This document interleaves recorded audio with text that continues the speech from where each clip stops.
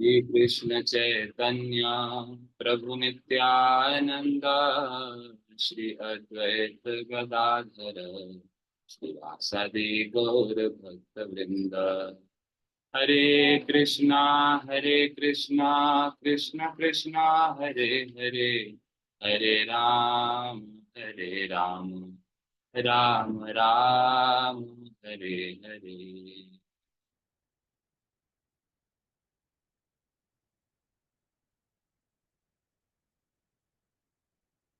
I've shared the screen.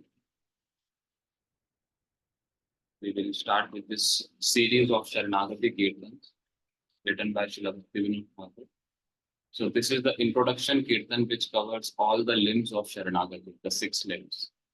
So along with the Kirtan, you all please try to read the translation when I sing, so that you get the mood also of what the Kirtan is all about. Not just the tune and singing part, but also the understanding part, that what this Kirtan is all about. So we will do this in the morning tune.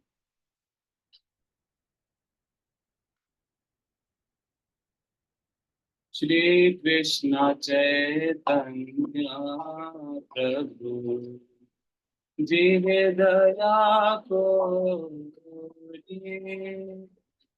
Parshad Sri Dharma Sahavatari Atyanta Durlabha Prema Paribare Dana Shikhaye Sharanagati Katera Prana Danyatma Nivedana Goptritve Varana Avasharakshide Krishna Vishwasapala Bhakti Anukula Matra Arirasvikara Bhakti Prachitula Bhava Vardhanamikara Sharanga Sharanagati Hari Vijahara Ahara Prarthana Shune Srinanda Kumara Upasanatana Pade Dante Trina Kori Bhakti Vinoda Pare Duhpada Dhuri Kandiya Kandiya Budi Ame To Adhava Shikhai Sharanagati Karo He Uttama Shri Krishna Chaitanya jive daya kori Parshad Sri Dharma Sahavatari Shri Krishna Caitanya Prabhu jive daya kori Parshad Sri Dharma Sahavatari Hare Krishna Krishna Krishna Hare Hare Hare Rama Hare Rama Rama Rama Hare Hare Hare Krishna Krishna Krishna Hare Hare Hare Rama Hare Rama Rama Rama Hare Hare Hare Krishna Hare Krishna Krishna Krishna Hare Hare Hare Rama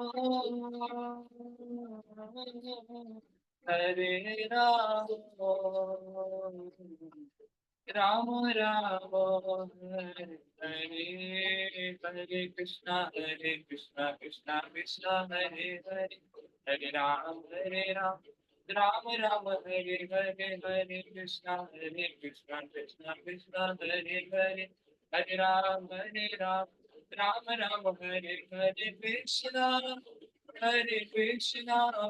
Krishna Krishna Hare Hare Hare Rama Hare Rama Rama Hare Hare Jaya Saparshada Jaya Gaura Hari Saparshada Jaya Gaura Hari Jaya Saparshada Jaya Gaura Hari Saparshada Jaya Gaura Hari Jai Jai Gurudev Gurudev Gurudev Jai Jai Gurudev Jai Jai Prabhupada Prabhupada Prabhupada Jai Prabhupada Nitai Gora Hari Bol Hari Bol Hari Bol Gora Hari Bol Nitai Gora Hari Bol Hari Bol Hari Bol Gora Hari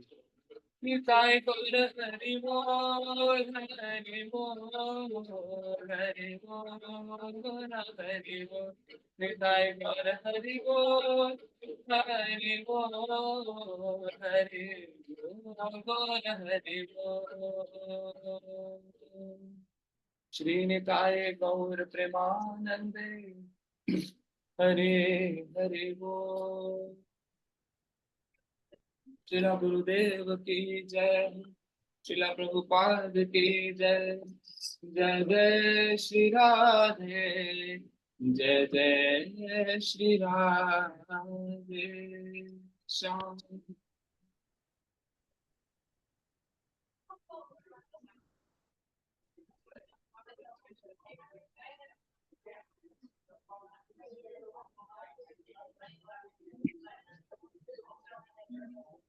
Hare Krishna.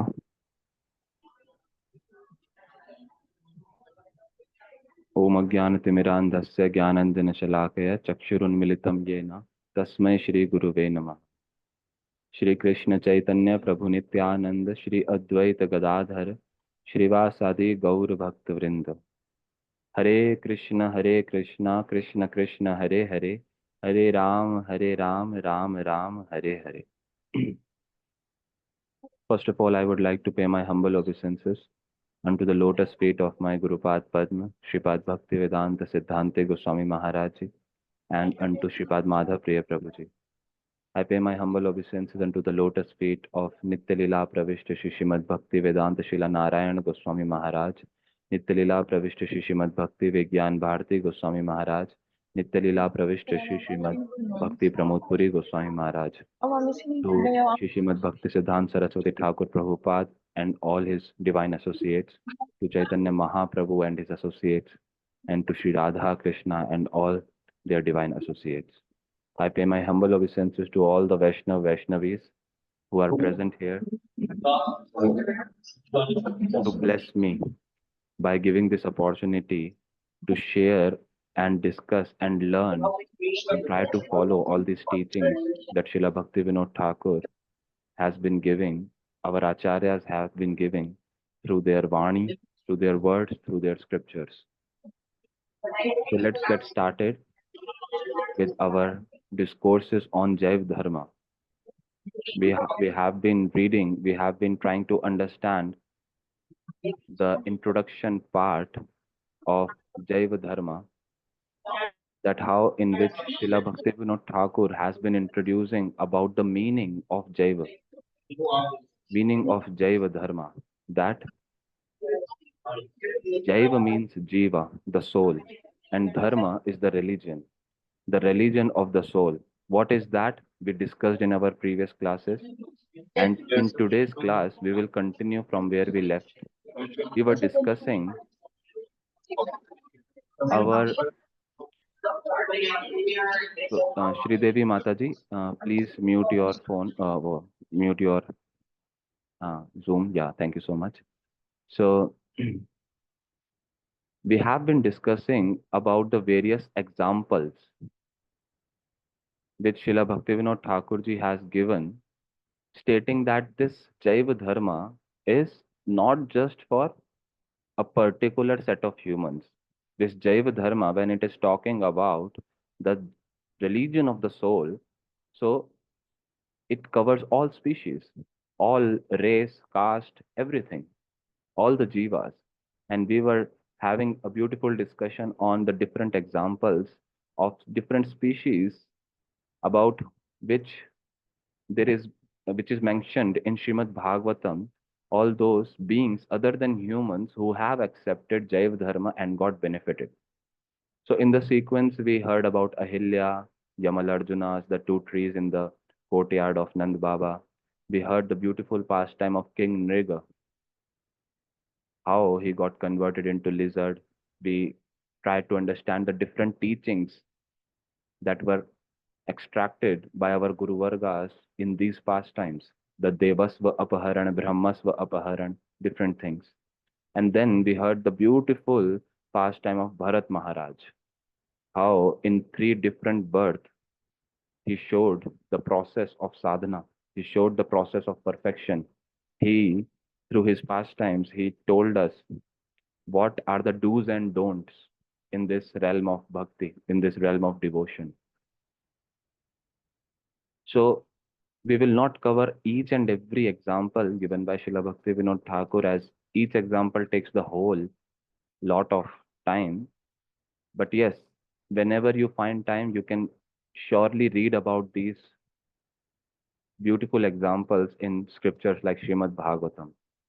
But we will today cover one more example, because this example is something which our Guru Vargas always take. And they put so much stress on this example because it is full of teachings and full of so much realization that we can get from this particular pastime. So much of teachings, not just as a devotee, but also as a disciple, also as a part of this Krishna consciousness movement. So many different things. And we will get to know all these things just by this example of Gajendra. Gajendra, who was an elephant. So, how even in the body of an elephant, he accepted Jaiva Dharma and he attained perfection. He could attain the lotus feet of Lord Hari. How? Let's try to understand that. See, Gajendra, he was not an ordinary elephant. There is this mountain called Trikuta. So in that huge mountain, and that mountain was so huge, Srimad Bhagavatam says it was 80,000 miles in length and breadth. 80,000 miles. So this whole area of Trikut mountain was filled with very beautiful jewels, very beautiful forest, ponds, lakes, flowers, golden lotuses were there. So this was a very beautiful place for picnic of not just animals, but also for demigods. Even big demigods, damsels of heaven and Gandharvas, they all used to come and perform their sporting pastimes. They relish this beautiful spot, Trikut Mountain. And in that area of Trikut Mountain, there was this garden. The garden's name was Ritumad. Ritumad. So this garden is so beautiful. It was covered with golden flowers, golden lotuses. Now, once this huge elephant, Gajendra, he is the king of all elephants there in that forest. And he is so huge that whenever he used to walk into that forest, all the animals, all other species, they used to fear. We all hear that the king of forest is lion. But in this forest, the king is Gajendra. Even the lions, they fear from the heavy steps that they can feel from very far when Gajendra walks. The lions, all the ferocious animals, they just run away. And this Gajendra, he with all his whole big family of female elephants, young ones, all, he is walking, piercing the path into the forest. And then, being the king of the forest, he has all the enjoyment stuffs. Now he reached close to a pond so that he can enjoy with his family there. Now, when he reached on the bank of that pond, he entered, he drank that beautiful crystal clear water. That water is like nectar. Such beautiful place it is. He is drinking. And then, as what people do, they go out in a picnic with the family. So they enjoy so many different things. They go in water park, they throw and splash water on each other. So in the same way, Gajendra also, with his big trunk, he is putting so much strength and sucking a huge amount of water inside the trunk and then showering it very nicely, very beautifully showering it to all his female elephants, to all the young little elephants, to the family members. And they all are having very beautiful time, nicely enjoying. Now, here, our Guru Varga, Srila Bhaktivedanta Swami Maharaj Prabhupada, he says a very beautiful thing that how Gajendra is undergoing so much hard labor.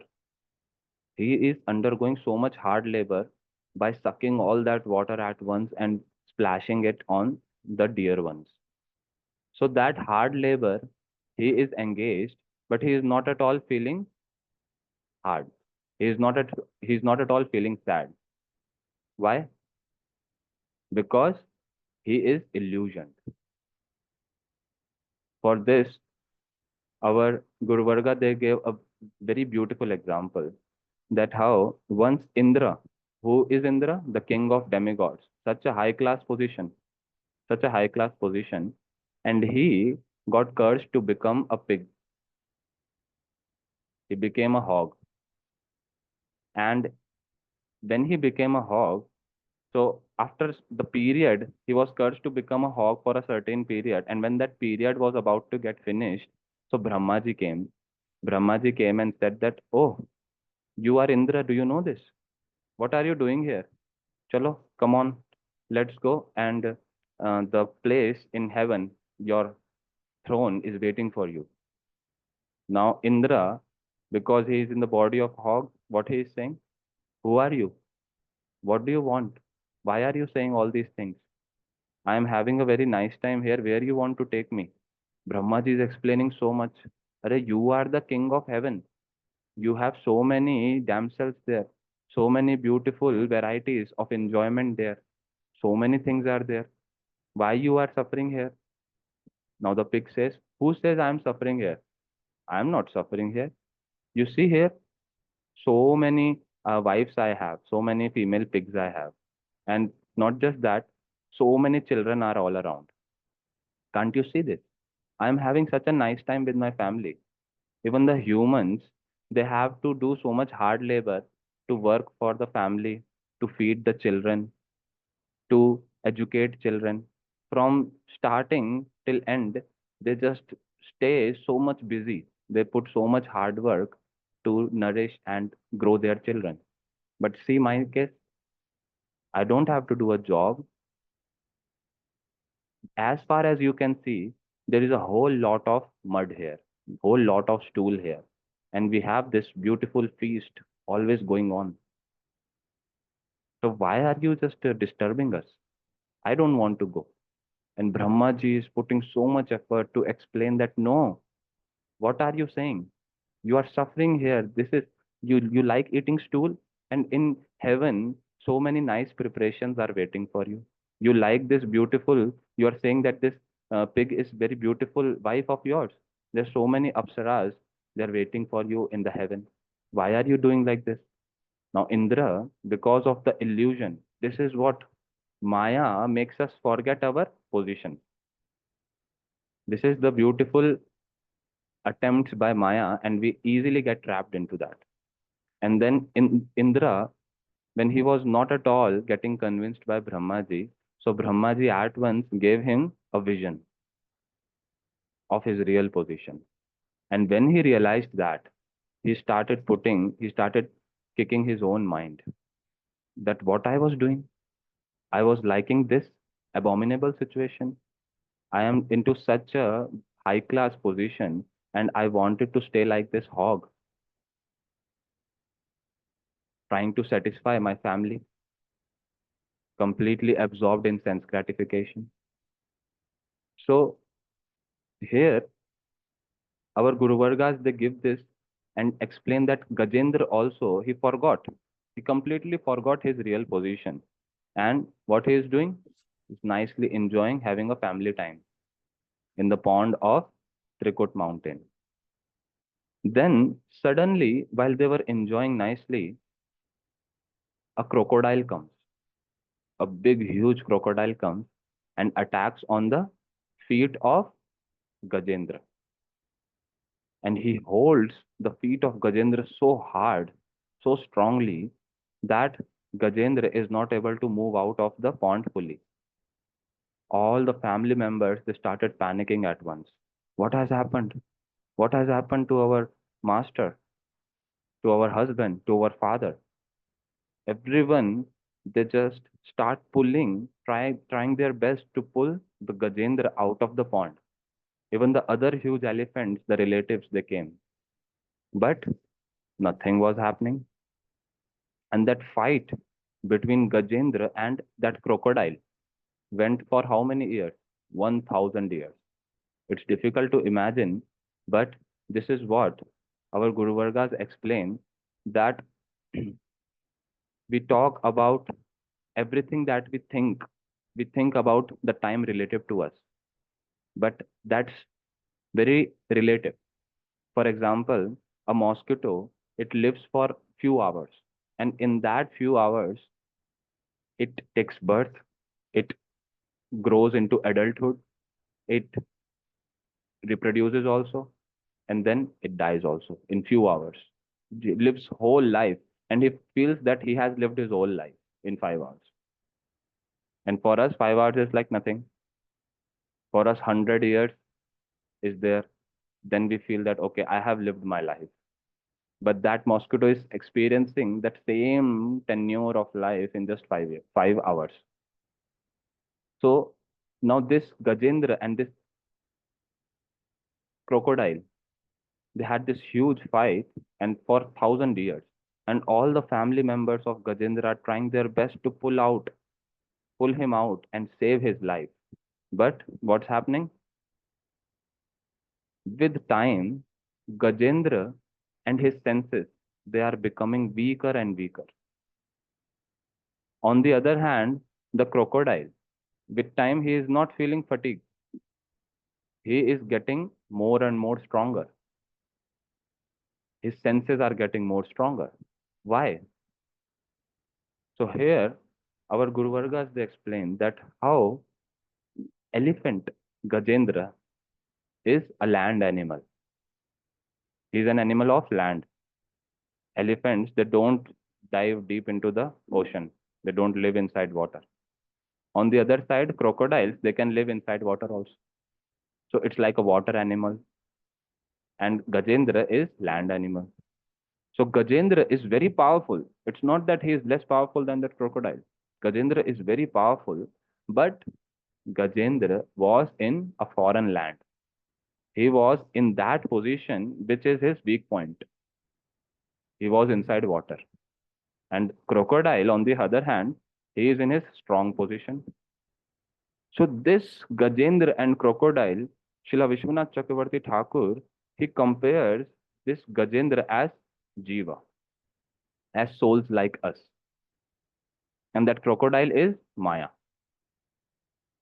How a jiva is a part and parcel of Lord Krishna.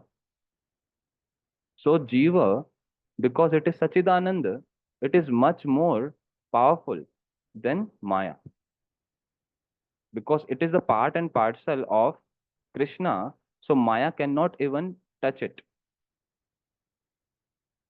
If we talk about the strength, it is just that the soul's strength is much more than Maya.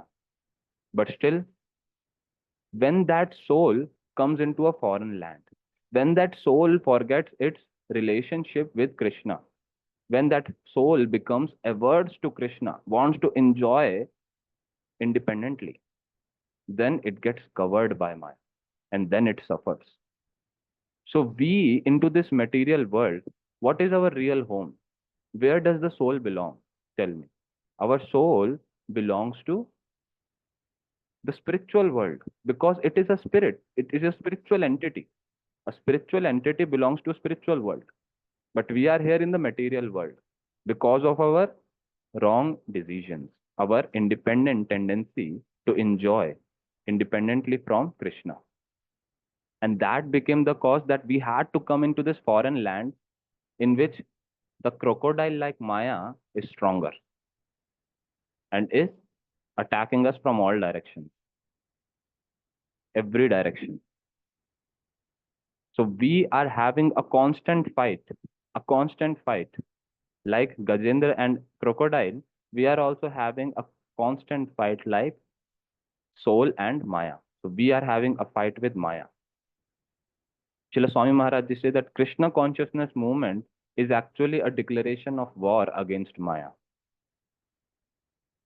It's a declaration of war against Maya in which the commander in chief are our Guru Vargas. They are the Senapati, the commander in chiefs, to fight with Maya and to make all these conditioned souls go back to Godhead.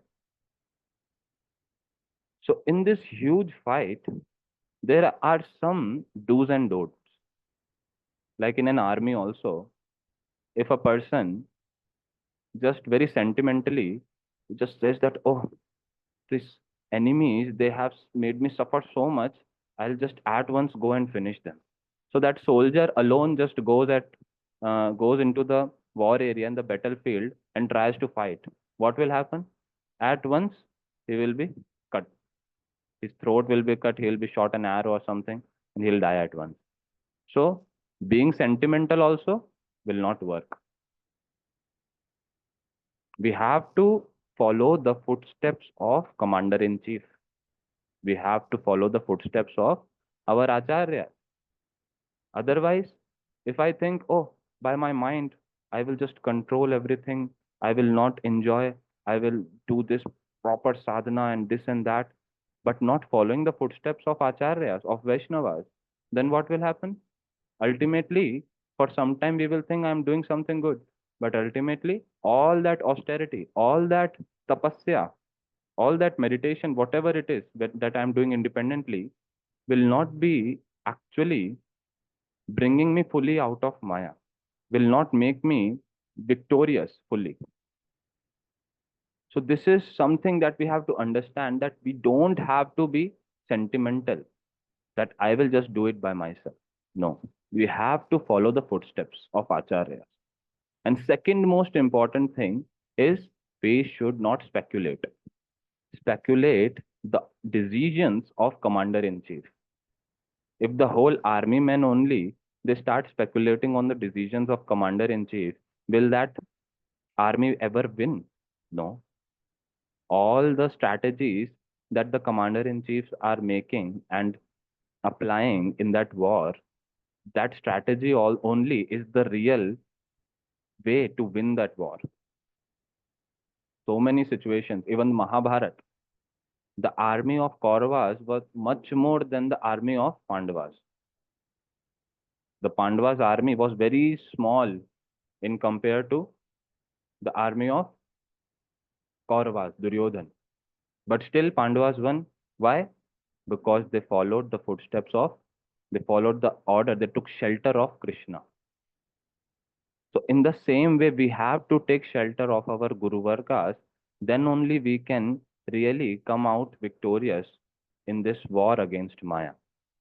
And this is what Gajendra pastime shows, teaches.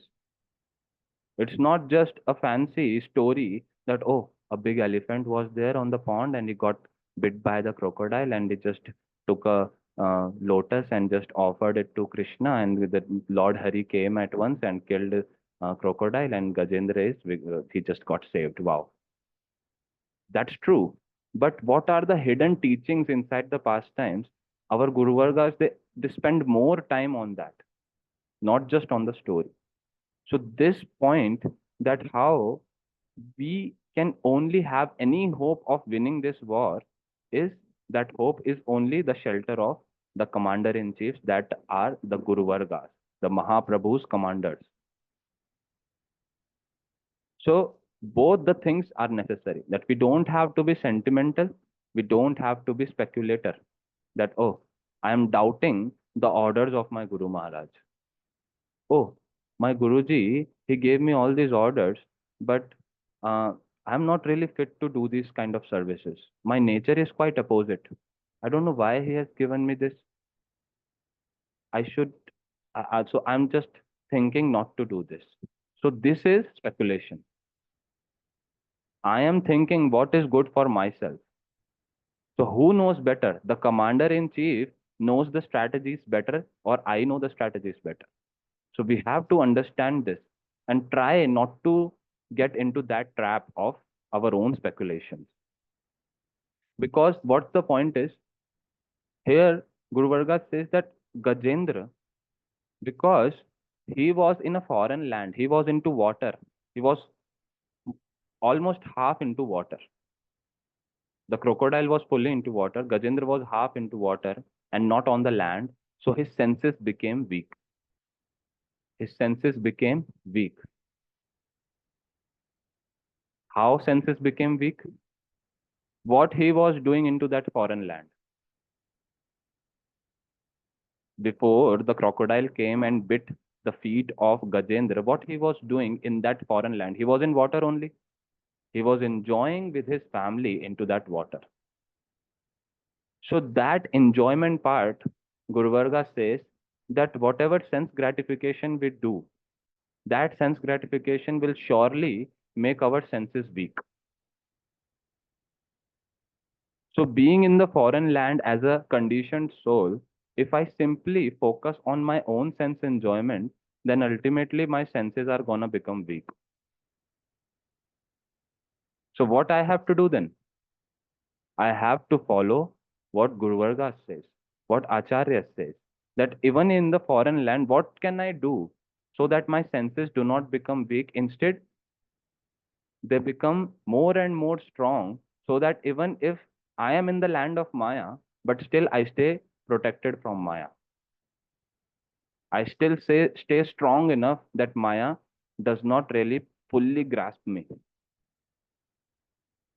So, Srila Bhaktivedanta Swami Maharaj Prabhupada, he always, whenever he used to speak about Gajendra, he used to motivate all the devotees a lot, saying that from this Gajendra incidents, we have to understand that the fight shall never, like, we should never give up. We should never give up this fight.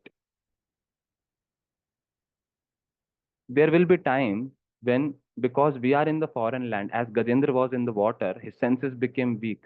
His courage, he became discouraged. He became very much tired. So we also will face these kind of things. We also will face so much fatigue, so much discouragement, so much hopelessness. But still, what we have to do, don't just simply cry over the weak position. Srila Swami Maharaj says, don't cry over weak position. That, oh, I'm such a helpless soul. I don't have proper devotee associations, and I am not really very strong in my sadhana. That's true. But we have to not cry over that weak position, but find a way out of it. Oh, my family is not very supportive. My husband, my wife, my children, they are not devotees. My friends, they always tease me. So many different things will come. So we have a weak position, but crying over that does not work out.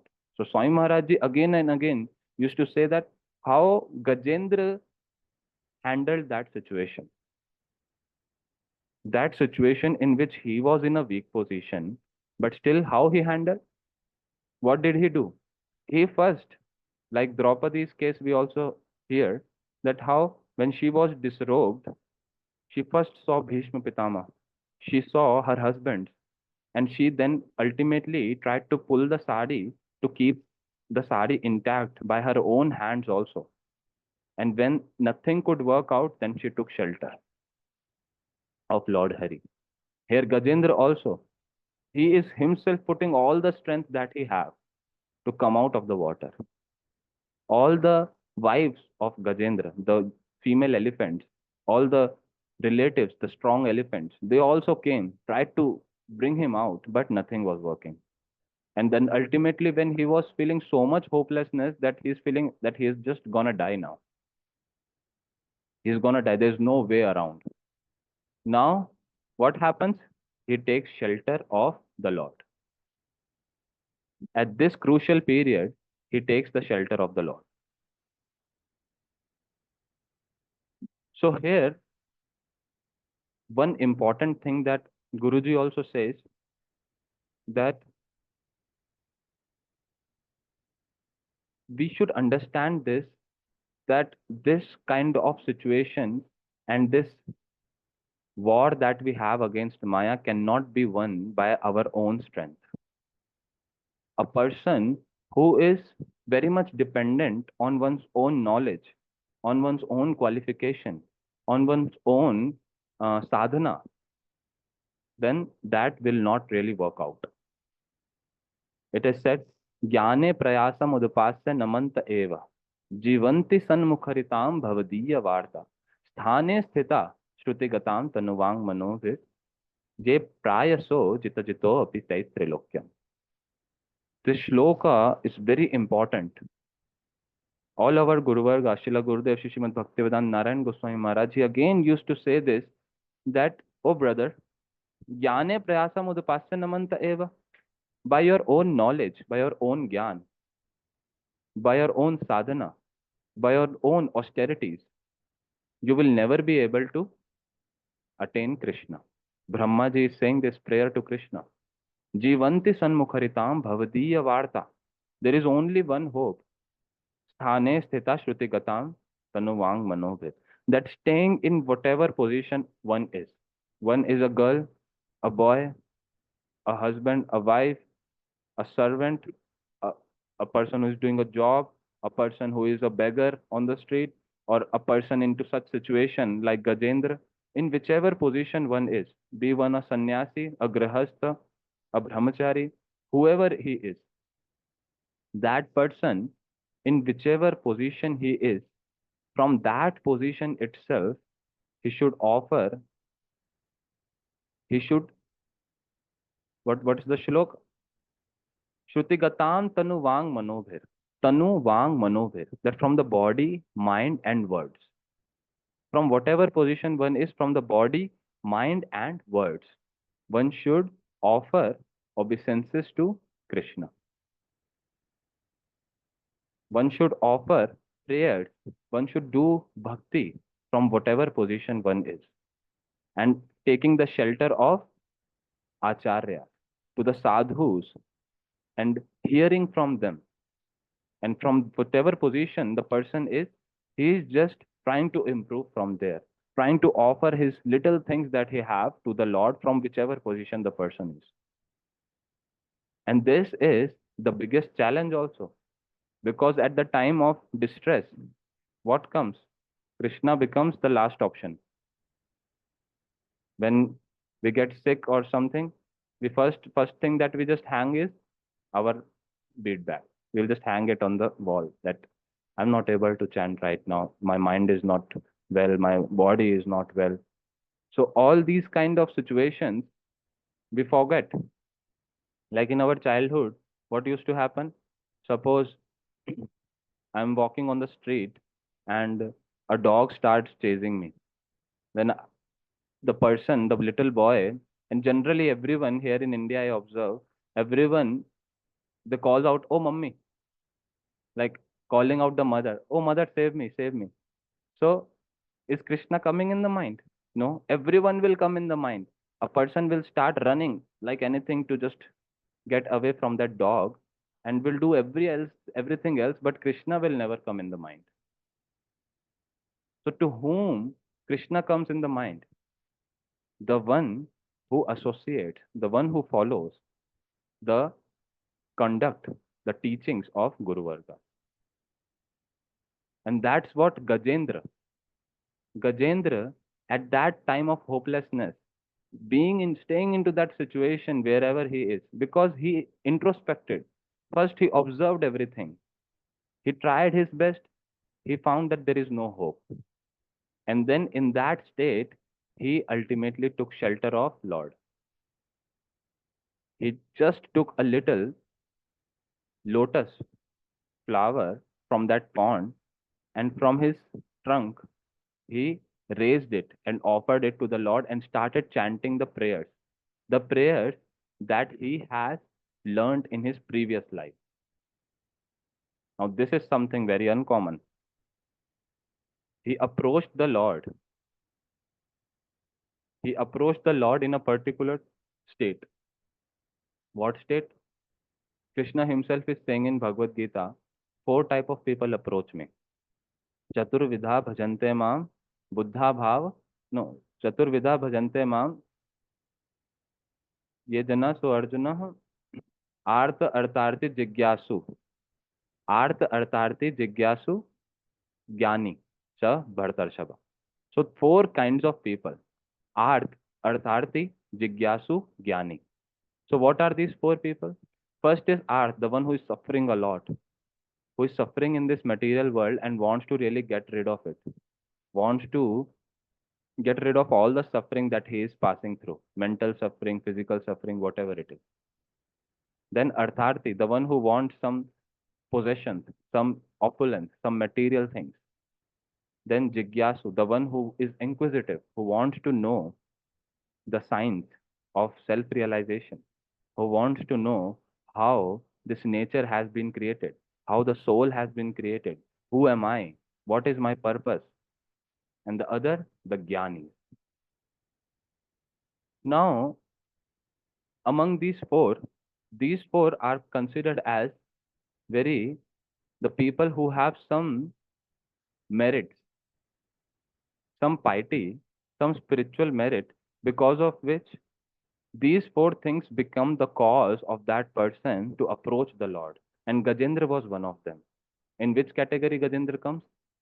In category 1. How? Arth. He was enjoying nicely, having a huge, very nice time in the king of the forest, big, huge family, enjoying nicely.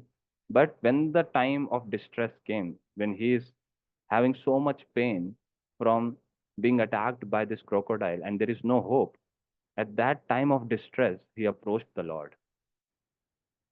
So, among these four, Gajendra is in the first category, Artha. That is, out of distress, he approached the Lord. And then he started praying to the Lord in the form of an elephant. In the body of an elephant, Gajendra started praying to the Lord. So, how come is that Gajendra, being an elephant, he is praying, and we being humans, we forget the Lord even at the time of distress? What's the difference? What's the difference? Krishna is answering it in Bhagavad Gita. He is saying, Tesham shatata yuktanam bhajatam priti purvakam dadami buddhi yogam tam yena mam upayantite. Krishna is saying that to the right person, I give the required intelligence. So who will get that required intelligence? Dadami buddhi yogam tam. Krishna himself gives that intelligence. So that intelligence is not just given to everyone. Otherwise, everyone should be chanting Hare Krishna right now. But very handful of people are chanting. Why? Because that intelligence, that intelligence is not the intelligence that we talk in our academics. That, oh, That person is very intelligent. He scored 100 out of 100 in mathematics, in physics, and all. No.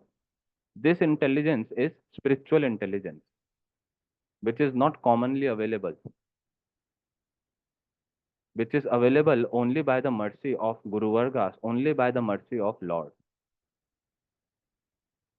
So Gajendra, because of his huge samskars from his previous birth was not like an ordinary human being or any other species. No, he was a huge devotee of the Lord. And he becoming a Gajendra, an elephant, there was a reason. And this is the perfect example that we can show and make ourselves also convinced that how everything else will be destroyed after death, but not bhakti. So many times we keep saying this also, we keep hearing this also, but we don't really believe it. Why not believe it? Someone will say, no, no, I believe it. That's why I'm chanting my few rounds. But the point is, if we really believe it, then will we not just collect this wealth only the whole day, 24/7? Why we will run after other things? Right now, our position, I have done my 2 hours of bhajan. Now I am free to just enjoy. I have done my 16 rounds. Just keep the mala away now. I will do my other things. Why? Because we are not really convinced that this is the thing that will go with me. I am still thinking that there are so many other important things that I have to do. This is okay, but not as prior, not so much of priority. So Gajendra, this example is perfect to understand that how, when he was in the utmost requirement, none of his previous knowledge, none of his previous position, power, prestige, nothing actually came to help him. Only that devotion that he performed in his previous life actually came. So this is very important that how when now Gajendra he called, he started praying. He himself don't know from where he is recalling and saying all these shlokas. Being in the body of an elephant, he is saying shlokas. And in that shloka, he himself don't know the proper meaning. But it is just that it is in the memory and it just flashed. It came. And in that shloka, he is calling out the Lord and he himself is confused who is the Lord. He doesn't know who is Lord. Is Brahmaji the Lord? Shivji the Lord? Indra? Demigods? Or Hari? Who is the Lord? He does not know. He is not fully conscious. But he, because of that memory recall, he just started uttering those shlokas. That, O creator of the world, O creator of the universe, because of you only all this existence is there. He started praying like this. And when he is praying without even understanding what he is praying fully, to whom he is praying, still that prayers, they did not go in vain. That did not get into a waste. Those prayers still worked. Even though he don't know properly who the Lord is. He knows some features of the Lord. And with those features of the Lord, that you are the creator, you are the maintainer, you are the one because of whom all this existence is there. So, with those features, he's praying. He's targeting that Supreme Lord, but he does not know who is he. And with this, again, with this example, Guru Vargas prove that how so many people they come and argue, oh, Lord Shiva is the Supreme. Why you are always claiming that Vishnu, Krishna, Lord Hari is Supreme? Our Devi Mata is very nice. Our Durga, so many different demigods, demigoddesses, people worship. This is an answer to that question that how when Gajendra, he was calling like this, all the demigods, even Brahmaji, even Shivji, they were all standing in the sky waiting. As soon as he just gives the hint to me that he is calling me, I'll just at once go and protect him. And then what will happen? I will be so glorious. Everyone will glorify me that I protected this innocent elephant. So Indra also was waiting, Brahmaji also was waiting, Shivji also was waiting. But no one could move forward. Why? Because all the features that Gajendra is targeting in his prayers, those features are not fully applying on them. So they are little bit hesitant that just once you call my name and I'll just come and protect you. But Gajendra, whatever prayers the shlokas is saying, they are all targeting to Lord Hari. Now Lord Hari, he at once started coming. He was on his way. So Guru Vargas explained that although Gajendra did not pray with the proper understanding, but still it worked. In the same way, the Mahamantra that we have got, this Hare Krishna Mahamantra, this we might not really realize what it actually is right now, what potency it has inside. But still, we are recommended to chant because those prayers, that chanting will not go in vain, will not get into a waste. Krishna is hearing that. It's non different from him. मधुर मधुर एतान मंगला मंगला नाम सकल निगम वल्ली सत्फलम चित स्वरूपम सकृदपि परिगीतम श्रद्धया हेलयावा भृगुवर नर मात्रम तारयेत कृष्ण नामा मधुर मधुरम एतान Mangala Mangalanam. Although I am not really fully in an understanding position that this Hare Krishna Mahamantra will provide me all kind of auspiciousness, but still it does. It works. It is the essence of all Vedas. I might not understand, but it is. It is the final ripened fruit of all the teachings, all the instructions, all the practices, all the spiritual practices. But it is, even if though I don't understand it. And it works. And this is the proof that how when Gajendra he called out Lord Hari came. When he called out the Supreme Lord, Lord Hari came. Now, a person may think that this is so weird also. All these demigods, Brahmaji, Shivji, they are standing like in a queue, waiting to protect. And Gajendra at once insulted them by not really uh, giving enough respect and instead calling out only Lord Hari, the Supreme Lord. And this is a huge question, especially in India. Nobody wants to give up the worshipping of these demigods, demigoddesses, Shivji, Brahmaji, different their worshipable deities. Why? Just out of fear that they may get insulted. They may get huge insult. They may feel that they have been ignored. And a big example is Krishna himself showed in Govardhan Leela. Indra got insulted. And out of that insult, he tried to destroy the whole Vrajvasis, the whole Vrindavan Vraj, but Krishna protected.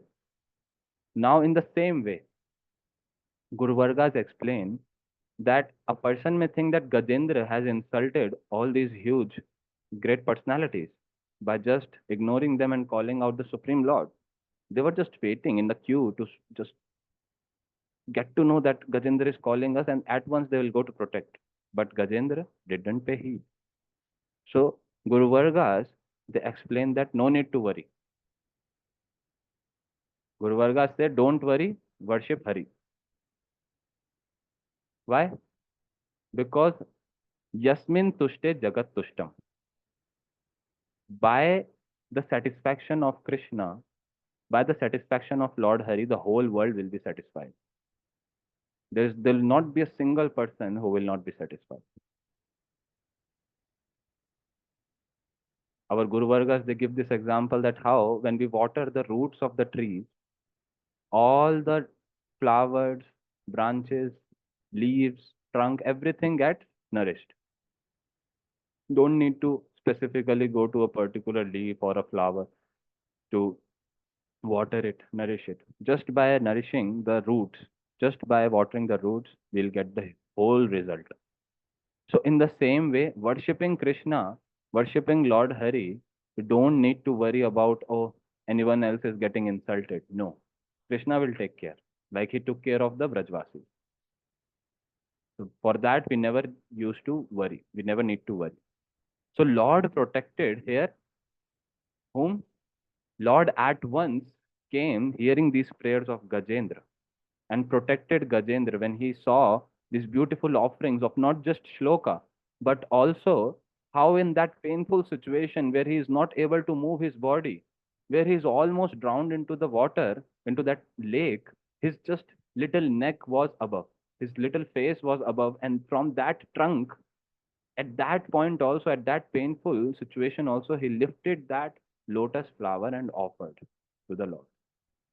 It's not easy. In that painful situation, remembering on one side and then offering flower on the other side. So at once Lord Hari came on Garuda, and with his chakra, he was about to kill this crocodile. He almost killed, but here comes a twist. Guru Maharaj Ji explains that now this crocodile, he is having an argument. Crocodile is saying to Lord Hari that you are the Lord of everyone. All the soul, all the jivas are like your children. Plus, on the top of that, what do you say? You yourself say that a person who takes my shelter, I am very pleased. I am pleased. A person who takes my shelter, I am pleased. Lord Hari says this. But the person who takes shelter of my devotees, who hold the lotus feet of my devotees, I become much more pleased. So crocodile here gives the logic that you are saying that the one who holds your feet, you become pleased, and the one who holds the feet of your devotee, you become even more pleased. So here I am holding the feet of your this great devotee Gajendra so nicely, so firmly that for last 1,000 years he has not really come out of it. So why you are showing this anger on me? So Krishna, the Lord Hari, he is explaining to this crocodile that this is not what I meant. This is the result of reading the scriptures without the shelter of proper Guru Vargas. This is the result of reading Bhagavad Gita, Srimad Bhagavatam, so many different scriptures, but not in a proper line. That's why there are so many commentaries on Bhagavad Gita, Mayavad commentaries. People are doing so much scientific research. So that's fine, but they will never get the real understanding of what Krishna wants to say. So this is the same thing. Krishna is explaining to him that holding the lotus feet of my devotee is not like this, the way you are biting and giving so much pain to my devotee. For that, you should get killed. The purpose for that is that you follow my devotees. You follow their conduct, you follow their teachings, their instructions. And then Krishna, he killed that crocodile, and by killing Lord Hari, he actually liberated that crocodile. Liberated Gajendra also and that crocodile also. Liberated Gajendra from the clutches of this crocodile, and this Gajendra got liberated from its position of such animal, such ferocious animal. Because both of them in the previous birth, they were not, they were not ordinary people. This crocodile was a Gandharva. And this Gajendra, he was a huge, great king, a great king, Indradyumna Maharaj. And that history also, so much beautiful, and so many teachings are there that how that huge, that great king Indradyumna, he became this Gajendra, how he became this elephant, and how that crocodile, who was earlier that great, beautiful Gandharva, very elevated Gandharva, how he became as a crocodile. What was the reason? What was the history? And how they fell down like this has so many teachings and so many do's and don'ts for us. That how we have to be careful in our services to Guru Vargas, in our dealings with Vaishnavas, and in our service to Lord Hari also. And when we do mistakes like this, that mistake is not just a sin, it becomes an offense. And that offense is how dangerous it is that we just saw. But what was that offense? What was that mistake that Indradyumna Maharaj did that he had to become Gajendra? What was the mistake that that beautiful Gandharva had to do that did that he had to become this crocodile? So that we will hear in the next class because I think the time is finished. So that's a suspense. So to be continued, and we will. So this Gajendra pastime also I tried to like cover it in as fast as possible. But these pastimes, the Guru Vargas, they explain in like 5, 5, 6, 6 hours. They used to take the teachings and used to explain that how we should understand this and try to apply this in our life. All these beautiful teachings that how Gajendra he took shelter of Lord, in what circumstances he was able to do, and then how much this mantras they have this potency that he just prayed even not knowing the meaning of it fully, but still that worked. So what how it will work when a person knows and understands the real meaning and the moods behind those prayers, how that chanting will become when we will get little bit more realized into it. Our chanting will not be the same. Right now we are getting so much benefit even after chanting in a hela, like in the shloka it says shraddhaya helayava, with faith, without faith. A person who is chanting, he gets the benefit, he becomes liberated.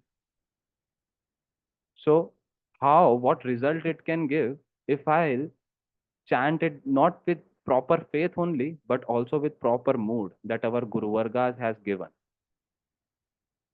Sri Chaitanya Mahaprabhu said that this chanting, this Mahamantra is so potent that it can take a person to different destination as per one's Swarupa.